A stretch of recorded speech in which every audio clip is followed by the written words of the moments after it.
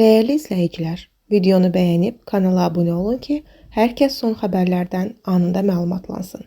Astarada kişi bədbəxt hadisə nəticəsində ölüb. Xəbər verilir ki, hadisə şəhər ərazisində qeydə alınıb. Fəhlə işləyən 51 yaşlı şəxs iş başında hala pisləşib. Ətrafdakıların köməyi ilə o Astara rayon mərkəzi xəstəxanasına hospitalizasiya olunub. Buna baxmayaraq, həmin şəxsin həyatını xilas etmək mümkün olmayıb. Meyit daxili və xarici müayinə olunması üçün məhkəmə tibbi ekspertiza və patoloji anatomiya birliyi ilə Lənkəran rayonlar arası zona mərkəzinə təhvil verilib. Onun ölümünün dəqiq səbəbləri ekspertizanın verəcəyi rəydən sonra məlum olacaq. Faktla bağlı rayon prokurorluğunda araşdırma aparılır.